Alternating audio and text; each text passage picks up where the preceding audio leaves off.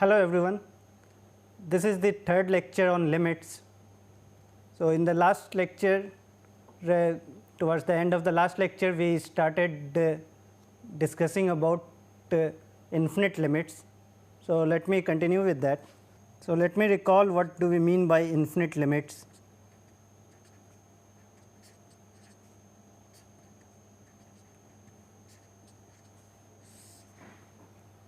So, definition.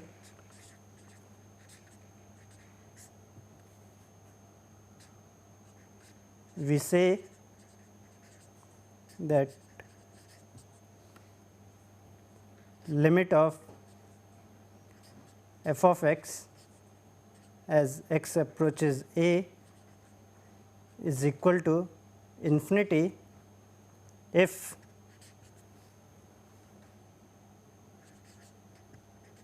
given any positive real number m,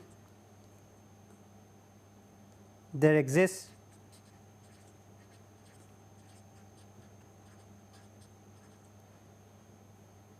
a positive delta such that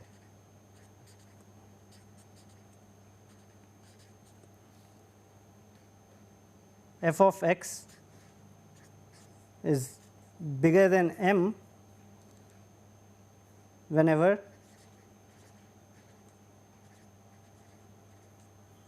zero is less than mod of x minus a is less than delta. So, that is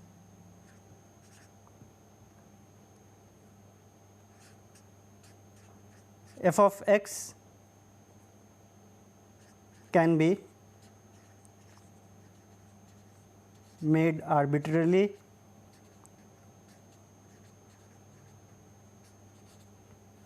large by choosing x to be sufficiently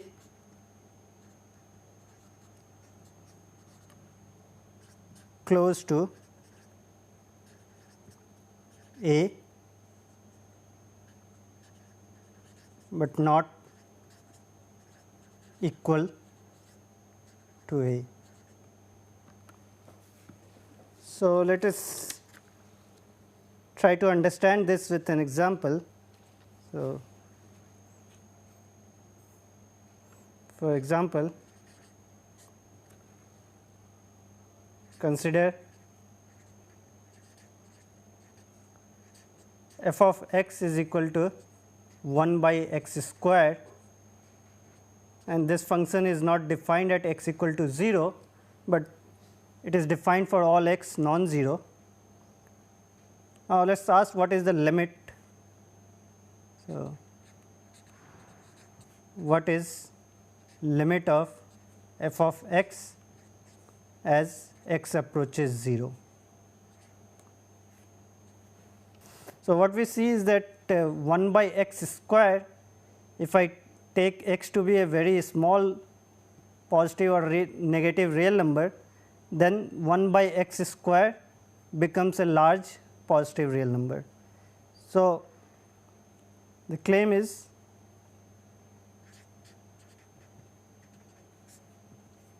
that limit of f of x as x approaches 0, this is equal to infinity, and we will prove it using our definition.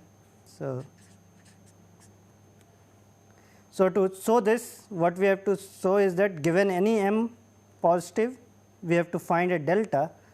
So, let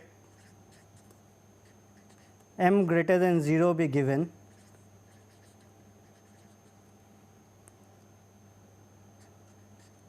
we need to find a delta greater than 0 such that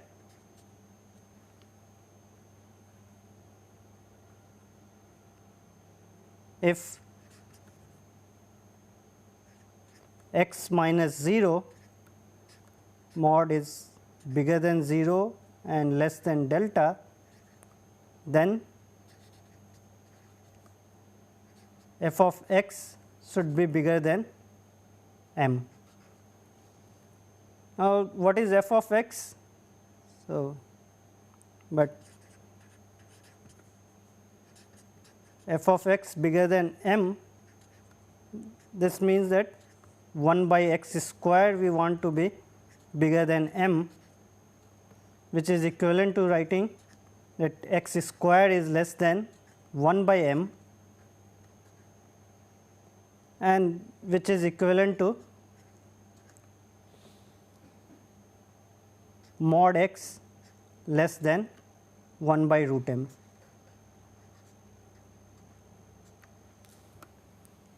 So, we see that if, so therefore, let us take delta to be equal to 1 by square root of m. Since m is positive, I can take square root of m. So, this is a positive real number. Now, if mod x is less than delta and x is not equal to 0, then x square is less than delta square, which is equal to 1 by m, and this implies 1 by x square is greater than m, since x is not equal to 0, and this is our f of x, that is f of x is greater than m if mod x is less than delta and x is not equal to 0. So, this proves that, so hence limit of 1 by x square as x approaches 0, this is equal to infinity.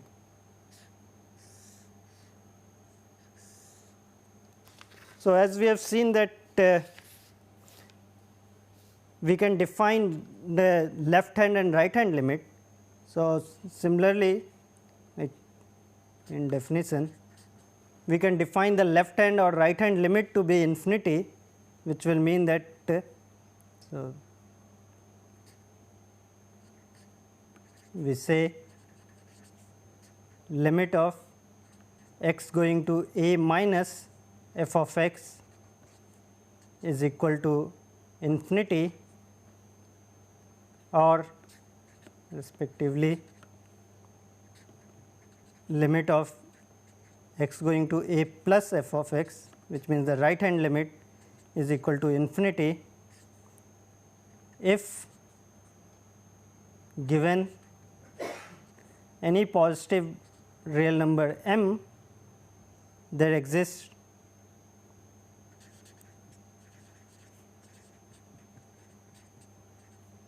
a delta. This delta might depend on m,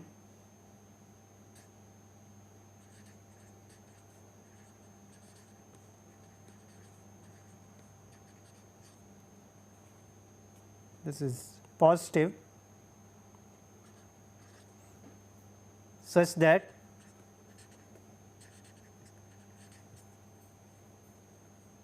if we have x to be, so for the left hand limit we are only looking at the interval to the left of a. So, if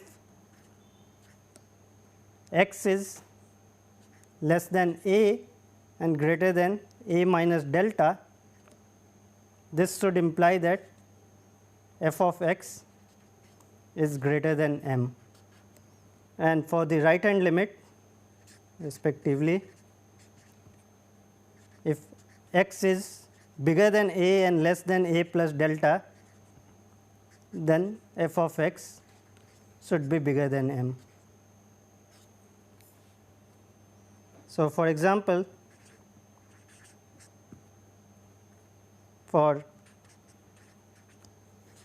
the function f of x equal to 1 by x, x not equal to 0, the right hand limit x going to 0 plus of f of x is equal to infinity. Why is this? So, proof, let m bigger than 0 be given,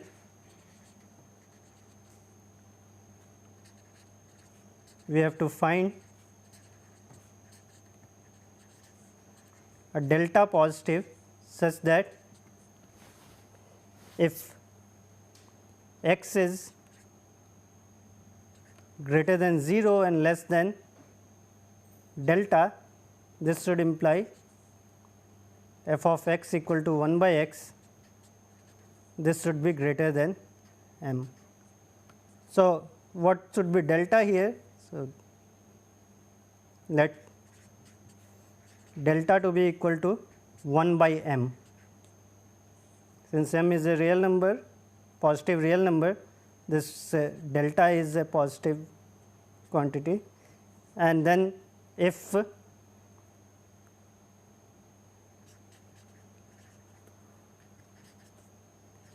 x is bigger than 0 and less than delta, which is equal to 1 by m, then 1 by x is bigger than m. Hence, the right hand limit at 0 of 1 by x, this is equal to infinity. Similarly, we will define the limit to be negative infinity. We say limit of f of x as x approaches a is equal to negative infinity if given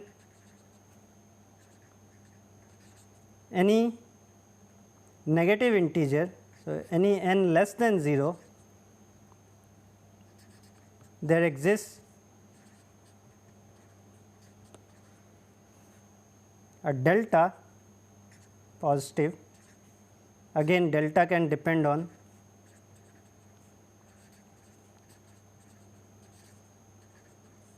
n such that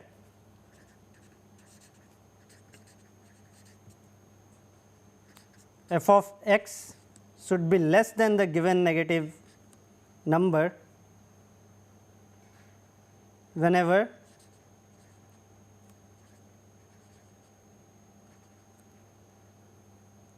zero is less than mod x minus a is less than delta. So, for example, so let me write similarly.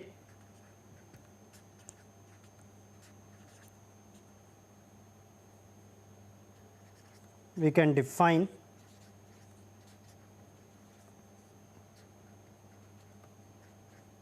the left hand limit of f of x equal to minus infinity and right hand limit of f of x to be equal to negative infinity. So, let us again look at the example f x equal to 1 by x.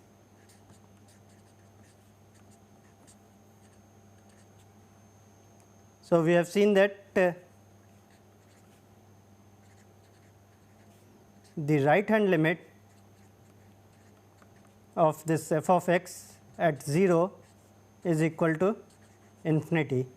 What about the right hand? What about the left hand limit? So, claim is the left hand limit of f of x is equal to negative infinity. This should again be clear, because if x is a negative real number, then 1 by x is also negative, and if you take x to be a negative real number which is very close to 0, then 1 by x will be a large negative number, right. But rigorously, if we want to prove, then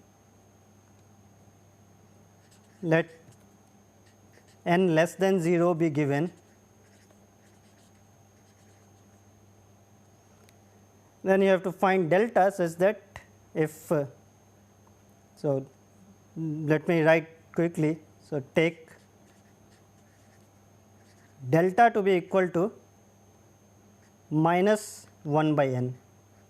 Note that we need delta to be a positive real number. So, 1 by n is negative. So, minus 1 by n, this is a positive real number, and if n is large negative number, this delta will be a small positive real number. Now, if delta is equal to minus 1 by n, then if we take, so if my x is to the left of 0, that means x is less than 0, but it is greater than 0 minus delta, that means that x is greater than minus delta. This implies what? X is greater than minus delta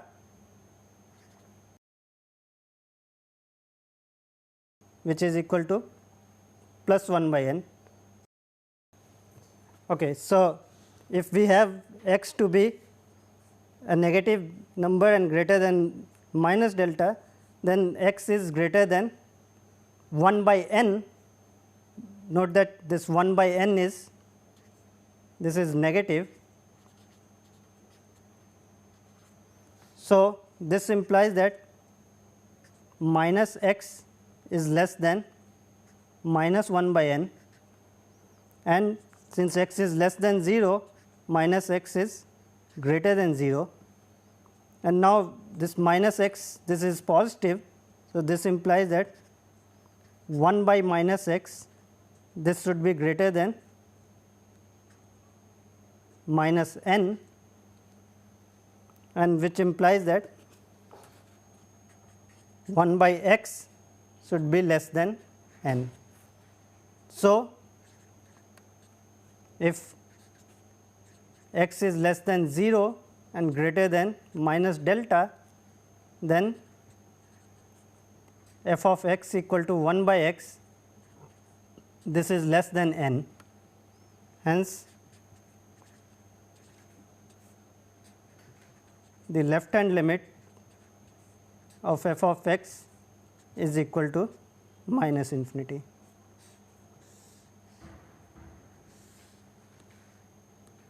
Okay, so now let us see. So, we have seen what do we mean by the limit of a function to be positive infinity or negative infinity. Now, let us see some properties. So, first, suppose we have f x and g x are two functions, and suppose the limit of f of x is equal to infinity and the limit of g of x at a, this is equal to some L which is a real number. Then what is limit of f x plus g x?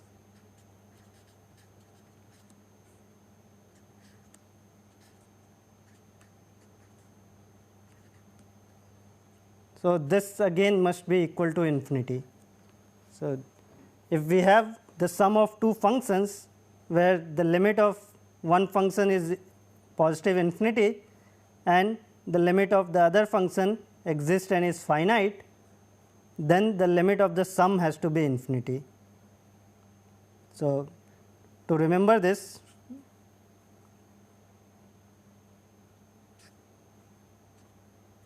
so we can write as a notation, if we have any infinity plus a, this is equal to infinity if a is any real number, right. So, whenever we have limit of the form infinity plus a real number, that has to be infinity. And this should be very obvious. The proof is, we have to show that the limit of f x plus g x is equal to infinity. So, let m greater than 0 be given, then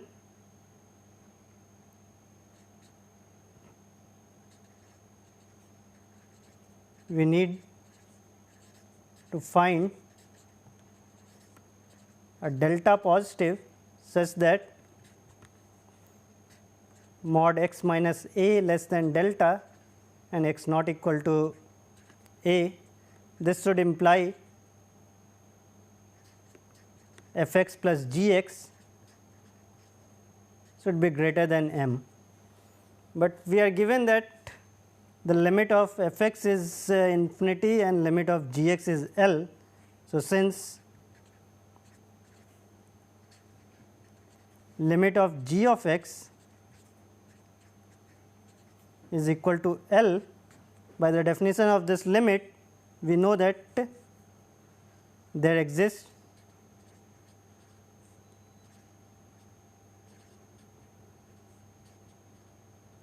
some delta 1 positive such that mod x minus a less than delta 1. This implies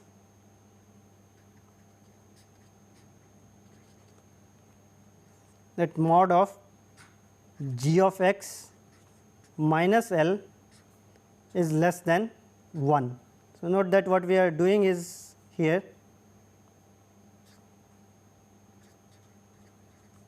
choose delta 1 positive corresponding to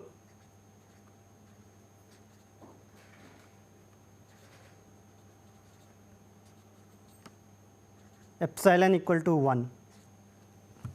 So, what we know is that limit of g of x as x goes to a is equal to L. If given any epsilon positive, I can find a delta such that whenever mod x minus a is less than delta and x not equal to a, then mod of g of x minus L should be less than epsilon.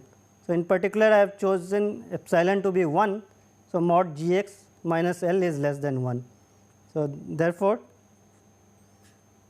mod x minus a less than delta 1 greater than 0, this implies that g of x is between L minus 1 and L plus 1. So, this is one we get. Also, we are given limit of f of x as x approaches a is equal to infinity. So, for any positive real number, I can make f of x to be bigger than that real number for x to be. So, there exists a delta 2 positive such that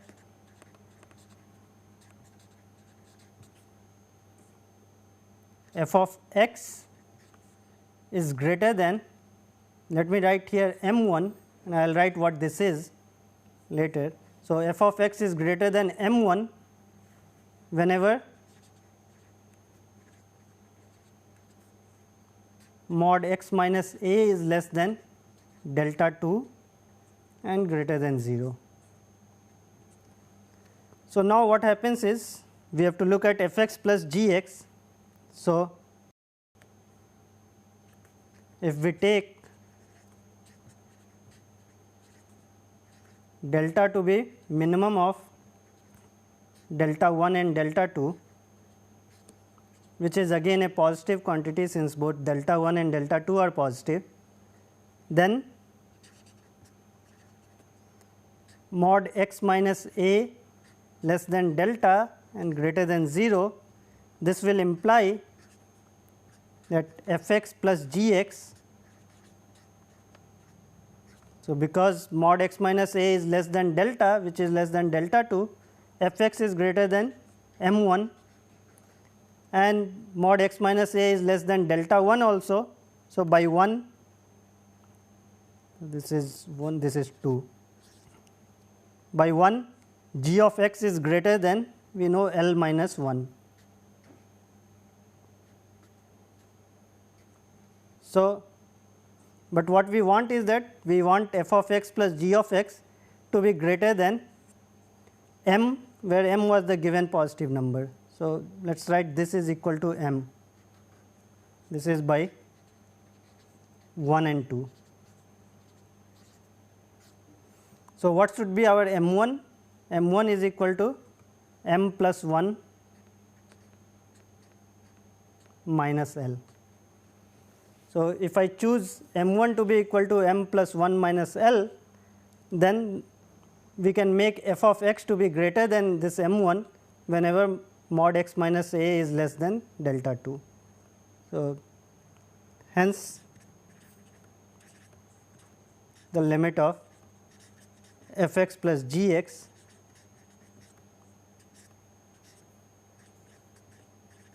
this is equal to infinity. Right. So, let me say that this regress proof might look little bit complicated, but you should understand the idea that if the limit of f x is infinity, that means that you can make f x to be as large as you want by choosing x to be sufficiently near a, and because g of x the limit is finite. So, that is near some finite number, and therefore, the sum can again be made as large as you want. So, similarly, let us ask what happens if both the limits are infinity. So, if limit of x going to a f of x is equal to infinity and limit of g of x is also infinity, then again the limit of f x plus g x, this will be equal to infinity.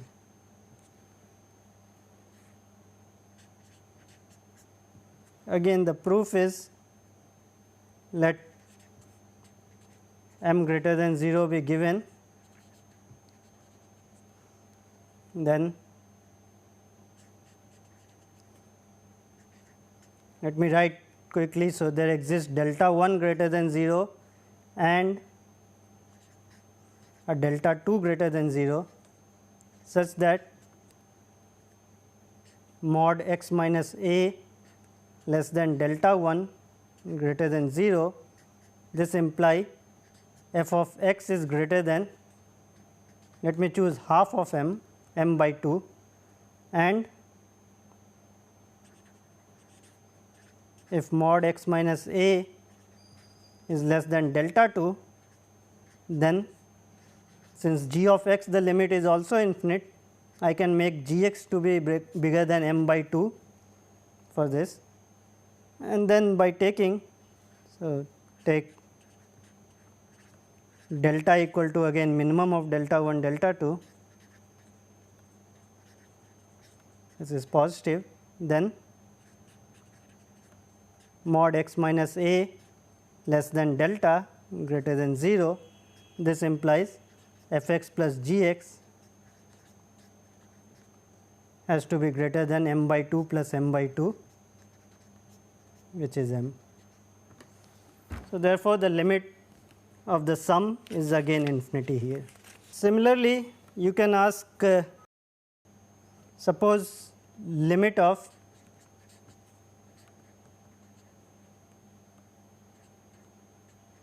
x going to a f x is equal to infinity, then what can I say about the limit of x going to a of a constant c times f of x? is it equal to infinity? So, what we will see is that this is equal to infinity if C is positive, this is equal to negative infinity if C is negative. Okay, if C is 0, then C times f x is 0. So, of course, this is equal to 0 if C is equal to 0. So, why is this? So, first case 1, if C is positive, then let m greater than 0 be given, then m by C is also positive because C is positive. So, therefore, since limit of f x is infinity, there exists delta positive such that mod x minus a less than delta. This implies that f of x is greater than this number m by c, and this implies c times f x is greater than m, again because c is positive. So, that means that the limit of c times f x is equal to infinity. If c is negative, then we cannot write m by c, that is not positive. So, then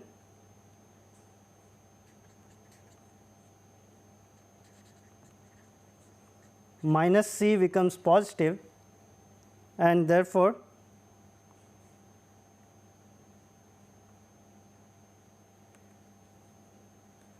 if we have n less than 0 is given, then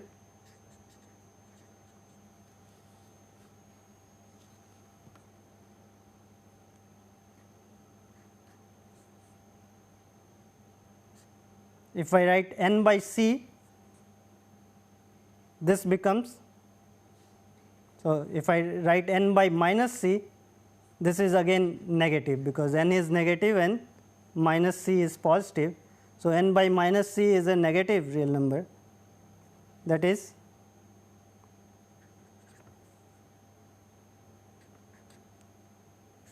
n by c, this becomes positive. So, since the limit of f of x is positive infinity and n by c is a positive real number, we can find a delta greater than 0 such that mod x minus a less than delta. This implies f of x is greater than n by c. What I have to show is that c times f x, the limit is negative infinity. That means that I have to show that c times x f x is less than n if we have mod x minus a less than delta. This is equal to minus n by minus c, and since minus c is positive, we can multiply both sides by minus c. So, minus c times f of x is again greater than minus c times minus n by minus c. That is minus c f x is greater than minus n, and which is equivalent to writing c times f x is less than n. So, therefore, by the definition limit of c times f x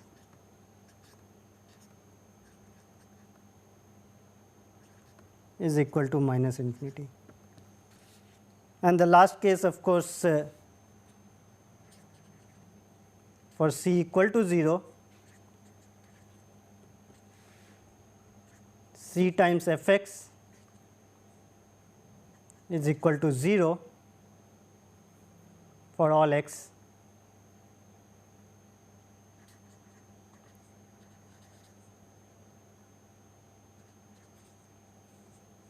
where f x is defined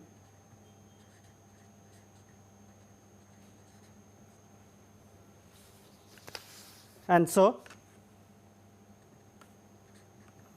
the limit of c times f of x has to be 0.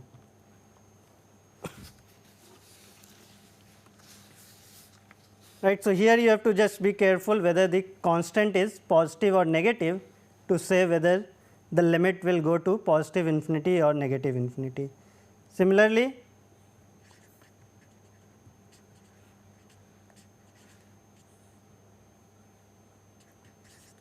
if limit f x is negative infinity, then the limit of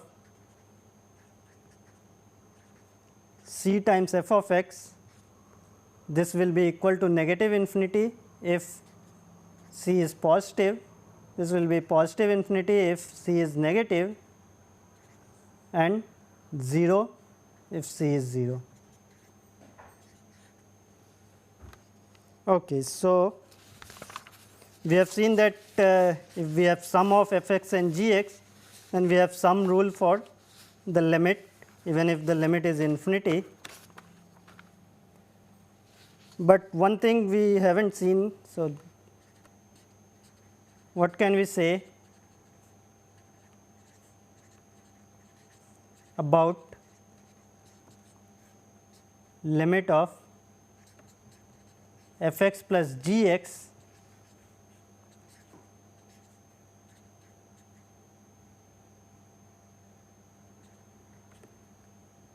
if limit of f x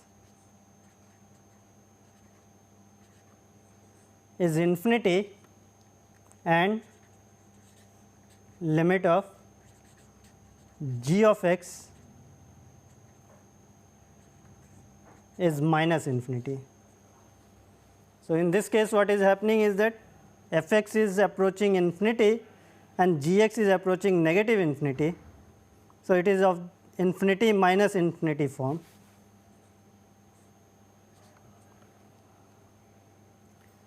So, some of you might guess that this is going to infinity, this is going to minus infinity, therefore, infinity minus infinity is 0, but that is not true.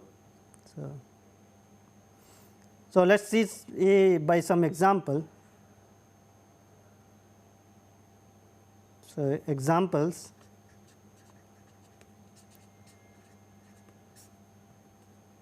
One,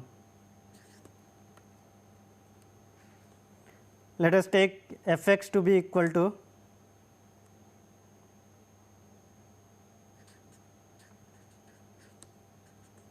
one by x square and g x equal to minus 1 by x square. Both are defined for x non-zero. Then here what we have is limit of f x as x approaches 0 is equal to infinity and limit of g of x as x approaches 0 is minus infinity, because g of x is nothing but minus 1 times f of x, and by our previous thing, because this minus 1 is negative constant, if we multiply then this goes to minus infinity. Now, what about f x plus g x? F x plus g x is 1 by x square plus minus 1 by x square, which is 0 for all x not equal to 0. right. So, this function is identically 0 in an interval containing 0. So, therefore, the limit of f x plus g x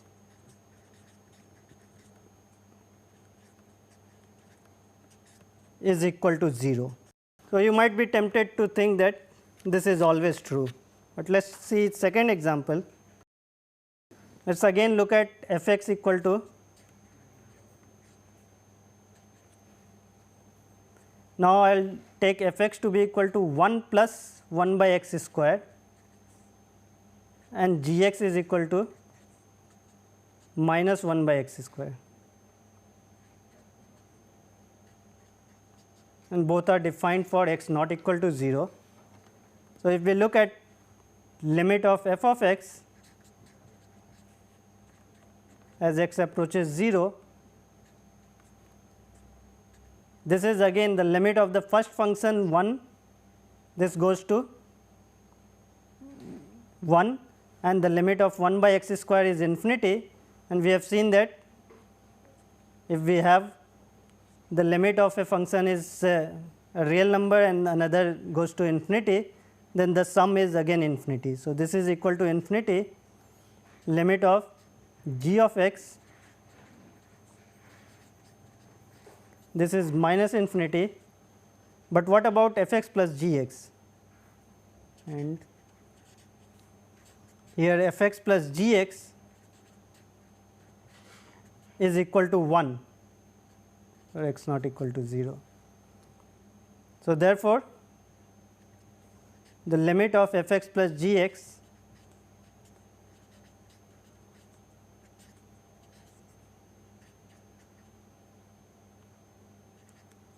is equal to 1 here, and there is nothing special about 1 here. If I change this 1 to any real number, so if instead of take f x to be equal to 1 plus 1 by x square, we take f x equal to some constant c plus 1 by x square, where c is any real number, positive, negative or 0, then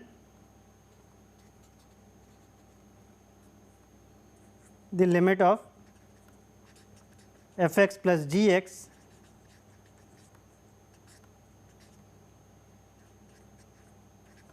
is equal to c here, right. So, this infinity minus infinity, it can take any real number c. So, this infinity minus infinity, which does not make sense, this can be any real number.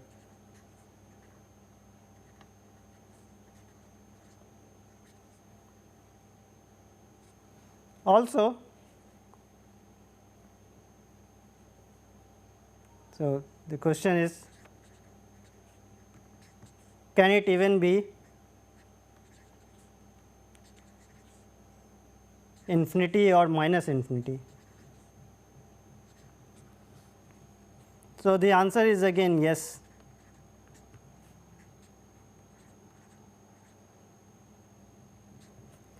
So, if we see, consider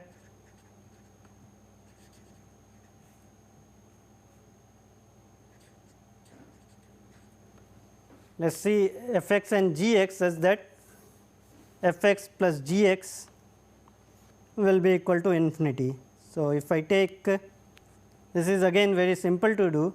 So, if I take f x to be equal to 2 by x square and g x to be equal to minus 1 by x square, then limit f x at 0 is infinity, limit of gx is equal to minus infinity and fx plus gx is 2 by x square plus minus 1 by x square, which is 1 by x square. So, we know that 1 by x square approaches infinity. So, limit of x going to 0 f x plus g x, this is equal to limit of 1 by x square x approaching 0, which is equal to infinity. And similarly, if we take by taking f x equal to 1 by x square and g x equal to minus 2 by x square, limit of f x plus g x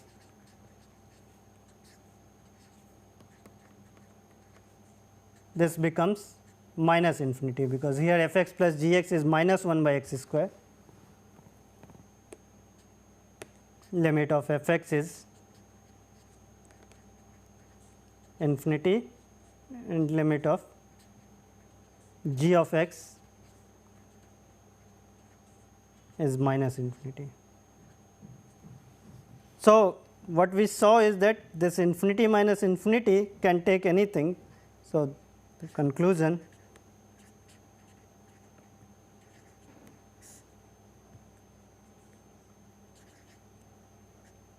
this infinity minus infinity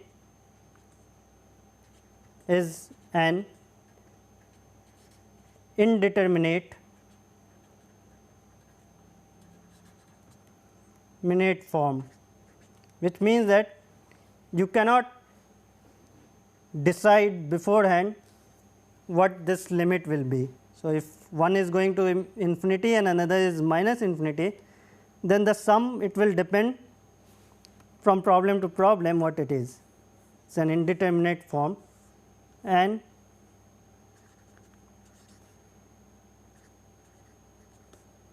can be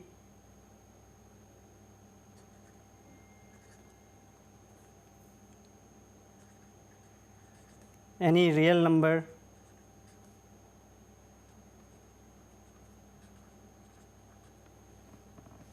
or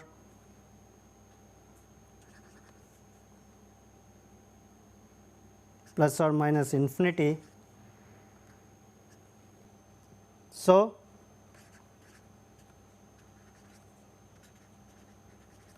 we have to carefully deal such limits.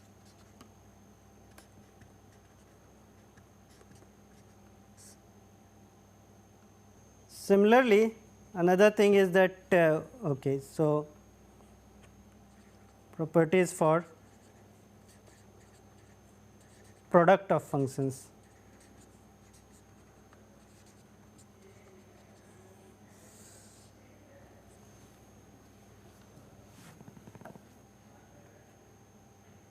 So, suppose limit of f of x is x going to some a is equal to infinity and limit of g of x is equal to some L, which is a real number, then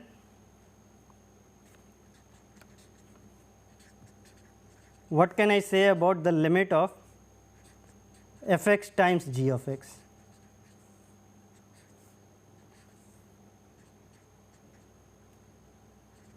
So, we have seen a special case of this where g of x is just a constant, right. So, then we saw that it depends on the sign of the constant whether the limit is equal to positive infinity, minus infinity or 0. So, here what we will get is that this is equal to infinity if L is positive, and this is equal to negative infinity if L is negative. And we will also ask what happens if L is 0. So, if we have constant function 0 here, then constant times f of x, that is 0, in that case the limit is 0.